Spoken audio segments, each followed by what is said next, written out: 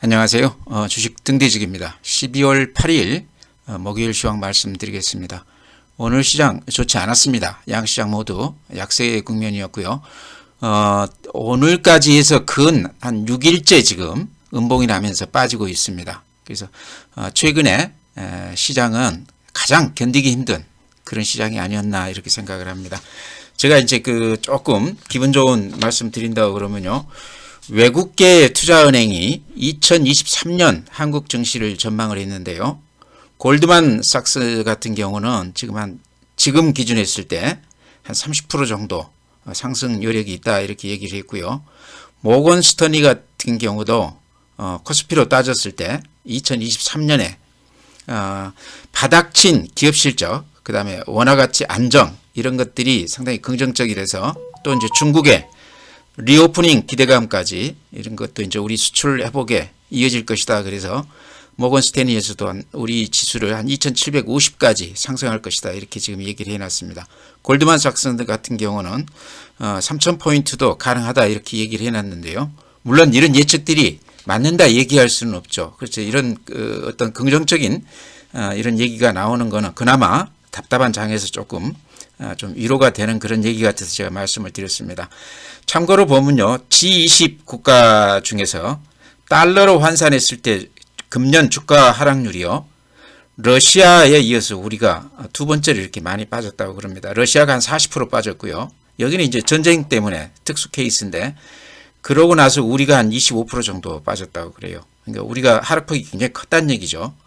미국 같은 경우는 한 14% 빠졌고 일본도 한 18%, 상해 기준에 했을 때 한 21%. 그래서 우리가 이렇게 많이 빠졌다. 이제 이런 걸로 봤을 때 골드만삭스나 모건 스탠리가 예측하는 내년 우리 지수 예측치 이런 것들은 조금 우리가 참고할 만한 그런 부분이 아닌가 싶어서 시작하면서 제가 이렇게 말씀을 드립니다. 네, 시장이 답답해서요. 제가 조금 희망 섞인 그런 말씀을 좀 드려봤습니다. 오늘 이제 종합지수 보면요. 거래소가 마이너스 0.49%, 2371포인트입니다. 코스닥이 마이너스 0.78%, 712포인트입니다. 그래서 양시장 모두 좋지 않았다. 오늘 6일째 이렇게 음봉이 나면서 빠지는 그런 시장이거든요. 그래서 아마 견디기 가장 힘든 그런 시기가 아닌가 이렇게 생각을 하고요. 그래프로 보면 이런 모양입니다. 최근에 이렇게 한 400포인트 정도 반등을 해줬어요. 빠진 만큼 거의 되돌려 놨는데요. 이렇게 일봉을 따라서 이렇게 그려보면 이런 모양이 나옵니다. 여기 이제 쌍봉 모양이죠. 쌍봉. 쌍봉이라는 거는 어쨌든 상투권에서 나타나는 전형적인 그런 그래프다 이렇게 봤을 때 그래프 모양만 놓고 봤을 때 지금 시장이 낙관하기 어렵다. 상당히 어려운 국면이다 이렇게 말씀을 드리고요. 제가 이렇게 단순하게 봤을 때 이게 지금 51선 수급선이라고 그러거든요. 51선을 못 넘기고 이렇게 버벅대다가 최근에 이렇게 51선 위에서 물론 외국 애들이 강하게 이렇게 매수하면서 시총 상위주 위주로 이렇게 올라줬죠. 그러면서 이렇게 51선 위로 올라섰는데 이번에 이제 여기서 조정을 받는다고 그러면 오늘 6일째 빠졌는데요. 제가 보기에 요 51선 정도에서는 반등이 있지 않겠나. 이렇게 봤을 때 내일이나 다음 주 초반에 장중에 혹시 밀린다고 그러면 들어간다고 그러면 단기 반등 정도는 우리가 노릴 수 있지 않겠나 그런 생각이 듭니다. 요 51선 제가 이렇게 보고 말씀드리는 겁니다.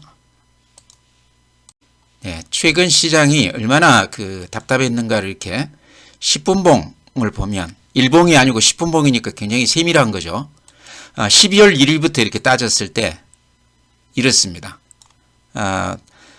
하루도 빼지 않고 아침 시세보다 종가가 밀리면서 끝나는, 그래서 아마 단타하기도 어려웠을 거고 가지신 종목이라고 그러면 팔 기회도 없이 이렇게 쭉 한 일주일 동안 이렇게 빠지는 그런 시장이었습니다. 그러다가 오늘 이제 이렇게 보시면요. 아침부터 이렇게 따지면 아침에는 이렇게 많이 밀렸었죠. 근데 아침 이후로 오후장 들어서는 이렇게 횡보하면서 조금 바닥을 다지는 그런 모습입니다. 분봉으로 봤을 때 그렇다는 거죠. 이런 걸로 봤을 때 내일이나 다음 주 초반에 밀린다 그러면 단기 반등 정도는 우리가 기대할 수 있지 않나 이런 생각이 들어요. 다음에 이제 제가 항상 보여드리는 좀 더 긴 시각으로 주봉으로 이렇게 보게 되면 이런 모양입니다. 주봉으로 보면 한 2년여 동안 요 그 상단을 못 뚫다가 이번에 이렇게 뚫었습니다. 근데 다시 이렇게 상단 요 저점까지 이렇게 다시 밀려 있습니다. 그래서 바닥은 확인한 거 아닌가 이런 이제 생각은 드는데요. 그래도 아직까지는 좀 불안한 그런 그림이 아닌가 생각을 합니다. 월봉도 제가 항상 보여드리는데요.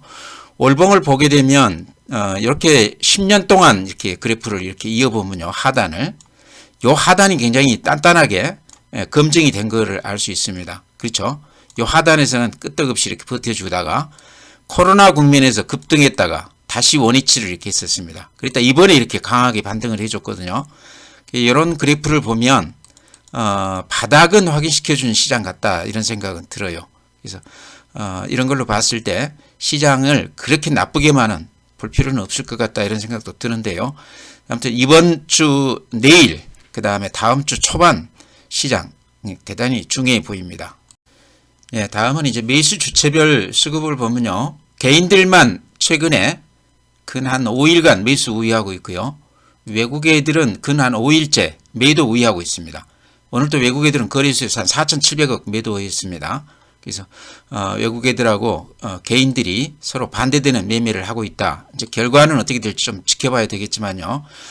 제가 보기에는 외국 애들이 그 시장을 올리기는 했지만 주로 산 종목들이 시총 상위 한 5위 안에 드는 대표 종목들만 이렇게 샀습니다. 그래서 그 외의 종목들은 그래프 이렇게 눌러보시면 이제 바닥에서 살짝 고개를 이렇게 쳐드는 그런 모양이거든요. 그래서 그런 종목 위주로는 아직도 그 싼 값에 살 수 있는 지금 기회가 주어진 거 아닌가 그렇게 생각을 합니다. 그래서 그런 종목 위주로 제가 그동안에 언급드렸던 종목 위주로 오늘 또 조금 말씀을 드릴까 그래요. 다음에 고객 예탁금 보면요. 46조 7천억입니다. 그래서 전체 이렇게 흐름을 보면 1년 내내 돈들이 이렇게 많이 빠져나가고 있습니다. 예탁금이요. 금년 초만 해도 한 60조가 넘었죠. 그러다가 지금 46조니까 근 한 14조가량이 15조 넘게 이렇게 돈들이 많이 빠져나갔습니다. 그래서 최근에도 돈들은 들어오고 있지 않은데요. 예전 같으면 한 400포인트 정도 이렇게 올라가면요. 한 7분나 8분 응선에서 개인들 그 고객 예탁금이 많이 늘어납니다. 또 기관들도 매수를 많이 해주고요. 근데 이번 시장은 그런 그 과거 선례하고 달리 개인들이 돈이 들어오고 있지 않습니다. 오히려 은행 정기예금 쪽으로 돈들이 많이 들어간다고 그래요. 이런 것도 이번 시장의 좀 특징이다 이렇게 생각을 하고요. 그 다음에 또 하나 본다고 그러면 주식형 수익증권 펀드 쪽에서도요. 최근에 이렇게 돈들이 한 두 달 동안 많이 들어왔었는데 장이 꺾이면서 이렇게 급하게 이렇게 돈들이 좀 나가고 있습니다. 그래서 이런 것도 지금 시장에 그렇게 썩 좋은 지표는 아니다 이렇게 말씀을 드립니다. 네, 다음은 해외 시장입니다. 아마 그래프 보시면 아마 느낌이 오실 텐데요. 다우 산업이 이렇습니다. 급하게 이렇게 오르다가 약간 머리를 숙였죠. 제가 보기에는 약간 조정 분위기다 이렇게 보시면 될 것 같아요. 나스닥도 마찬가지, S&P 500도 약간 고개를 숙였지만 저점은 조금씩 이렇게 높아지는 그런 모습입니다. 다음에 이제 니케이 일본 시장입니다. 다우하고 비슷합니다. 대만도 비슷하고요. 상해는 오늘 마이너스 0.1%인데요. 상해 그래프는 이렇게 우상향 추세가 그대로 살아 있습니다. 특히 항생, 홍콩 지수는 이렇게 모양이 좋습니다. 오늘도 이제 3.2% 올라줬어요. 그동안에 아시아권에서 가장 좋지 않았던 홍콩 거래소인데요. 항생 지수가 최근에 와서 가장 이렇게 앞서서 상승세가 굉장히 가파릅니다. 이런 거가 그래도 우리 시장에는 좀 플러스 요인이 되지 않을까 이렇게 생각을 해요. 네, 다음은요 이제 종목 말씀드려야 될 텐데요. 시장이 별로 좋지가 않습니다. 그래서 눈에 띄는 그렇게 종목이 많지가 않은데 어제 제가 그 추천을 드렸던 종목들이 묘하게 오늘 또 딱 그런 종목들이 이렇게 플러스가 났어요. 그래서 그 종목 위주로 다시 반복해서 이렇게 조금 말씀을 드릴까 그럽니다. 먼저 이제 성일하이텍이 오늘 1% 1,200원 올라줬습니다.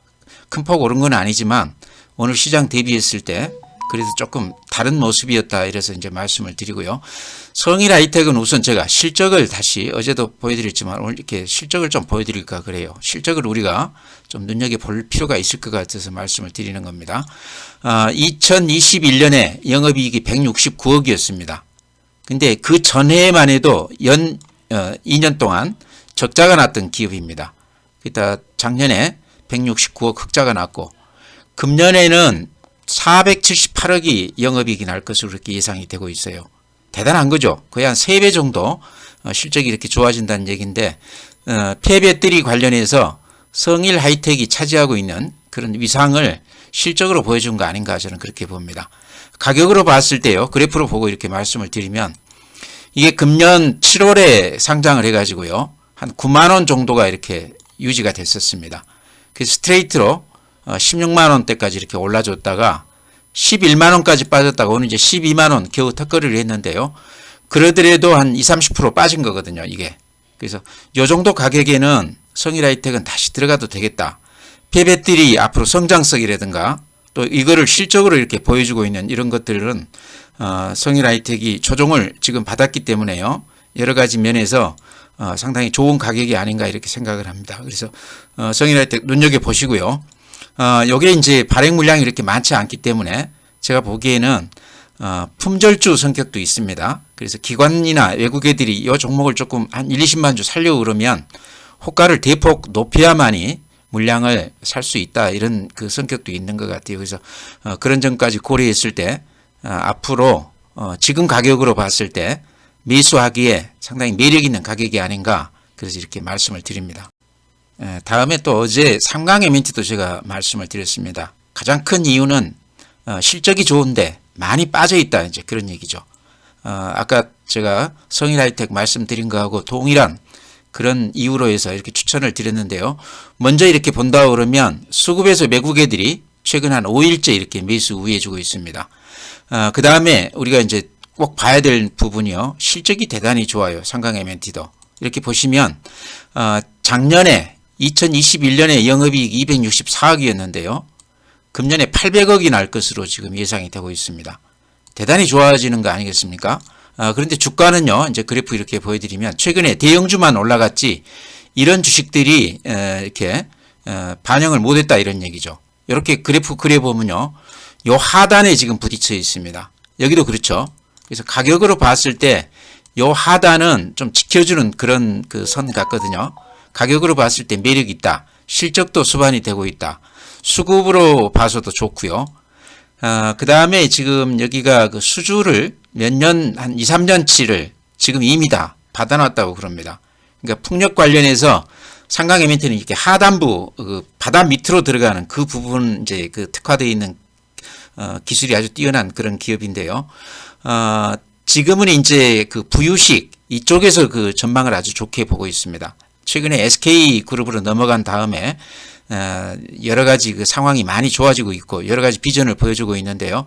삼강MNT는 여러 가지 봤을 때 수급이라든가 실적이라든가 지금 가격이라든가 이런 것들이 제가 보기에는 여러 가지 조건을 다 갖춘 기업으로 생각이 됩니다.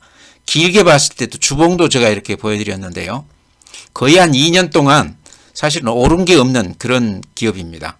실적 대비했을 때 주가에 반영이 거의 안 돼 있기 때문에 지금 가격으로 봤을 때 매력이 있다. 그래서 사놓고 놔두면 이런 주식들은 실적이 뒷받침이 되기 때문에요. 앞으로 좀 수익 좀 내지 않을까. 그런 면에서 지금 가격은 굉장히 싼 값이다. 좋은 기회다 이렇게 말씀을 드립니다. 그 다음에 또 어제 제가 더존 비주원도 말씀을 드렸습니다. 묘하게 그런 종목들이 오늘 올랐기 때문에 이렇게 말씀을 드리는데요. 이런 종목들이 실적이나 이런 것들이 다 좋고 또 성장성도 담보가 되어 있고 이렇게 되어 있는데 최근에 이제 대형주 위주로 이렇게 시장이 이어지면서 외국 애들이 그쪽에만 이렇게 눈길을 줘가지고 실적이 좋은데도 불구하고 중소형주들 이런 중견기업들이 거의 이렇게 따돌림을 받았습니다. 그래서 그런 종목들이 지금 최근에 바닥에서 이렇게 살짝 뚫고 오르는 맛이 있거든요. 더존 비주원도 그런 주식 중에 아주 대표 기업이 아닌가 저는 그렇게 봅니다. 먼저 그래프 먼저 이렇게 보여드린다고 그러면 더존 비주원은 요 매물대가 아주 눈에 확 띕니다. 그러죠? 이 가격대에 매물이 집중되어 있어요. 근데 여기만 벗어난다고 그러면요. 여기 이렇게 보시다시피 녹색선 매물이 거의 없이 이렇게 이런 게 뭘 의미하냐고 그러면요. 이렇게 거래 없이 이렇게 쭉 빠졌다는 얘기입니다. 그러니까 올라갈 때도 그만큼 매물 부담이 없다는 얘기죠. 가볍게 치고 올라갈 수 있다는 얘기입니다.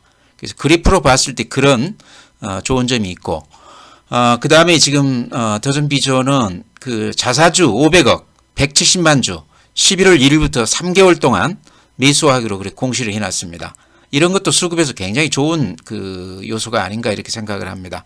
그래서 최근에 이렇게 많이 오른 감은 있지만 워낙 많이 빠져준 주식입니다. 주봉으로 제가 한번 이렇게 보여드리면요.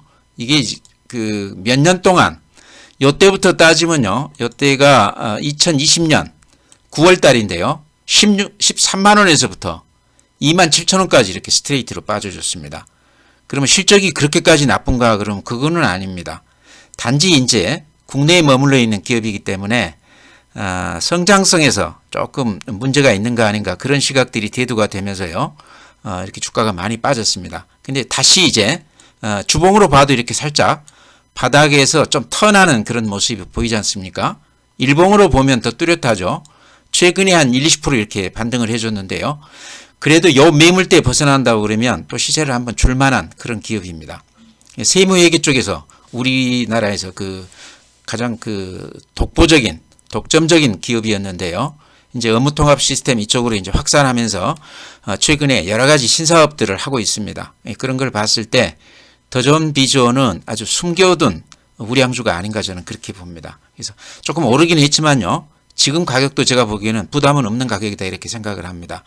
그러니까 가지신 분이라고 그러면 지금 가격에 팔면 안 되겠죠. 한번 가지고 가봐야 되겠죠. 그렇게 말씀을 드립니다. 예, 그 외에도 SPG 오늘 100원 플러스인데요. 이것도 지금 들어가면 가격으로 봤을 때 아주 매력 있는 가격이다 생각을 해요. 또 덴티움도 제가 항상 말씀드리는데요. 덴티움도 실적주입니다. 대단히 좋습니다. 중국 그 이쪽 임플란트 시장이 아직 개화가 덜 된 이제 초기 시장이기 때문에요. 덴티움 같은 경우는 중국에서 지금 매출을 한 50% 이상 이렇게 올리고 있습니다. 앞으로 제가 봤을 때는 그쪽 시장에서 굉장히 큰 성과를 올릴 수도 있다 이런 생각이 들어요. 지금 현재도 실적이 굉장히 좋습니다. 그래서 이런 종목들 제가 항상 강조드리는데요. 좀 눈여겨서 보시기 바랍니다. 이렇게 해서 오늘 마치고요. 내일 주말 내일 또 뵙도록 하겠습니다.